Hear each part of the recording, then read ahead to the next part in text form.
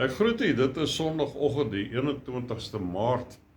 Ek woon in Monnikamp by en ek het net 'n kort boodskap wat die Here op my hart gelê het om vir u te bring vanoggend. Ons vind Paulus en Silas pas uit die tronk uit, reis na Thessalonika waar 'n sinagoge van die Jode was en hulle verkondig die evangelie aan hulle en sommige van die Jode word oortuig en voeg hulle by Paulus en Silas, asook 'n groot menigte Grieke en van die aansienlikste vroue. Maar die ongelowige Jode was afgunstig, slegte manne van die leeglopers saamgeneem en hulle die huis van Jason aangeval en probeer om hulle voor die volk te bring.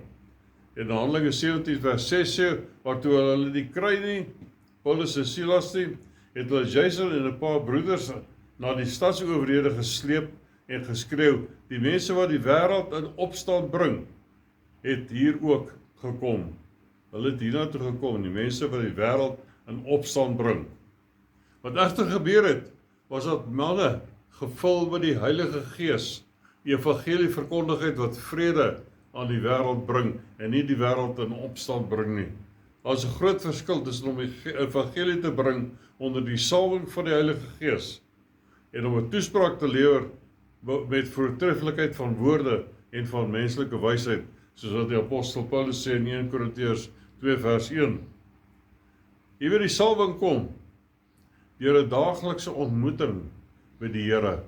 En dit gebeur nie in die lesingsaal van die universiteit nie, maar in jou binnekamer. Die draer van die salwing moet getrou wees agter die skerms, voordat hy kragtig sal wees in die publiek. Hy sal Heilige Gees gedrewe wees, nie self aangestel nie. Hy sal disippels maak en nie gemeentelede nie.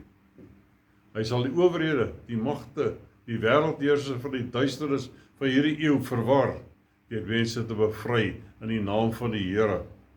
Sonder die salwing van die Heilige Gees is ons prediking te vergeefs. Mag die Here u seën, die Here het u lief.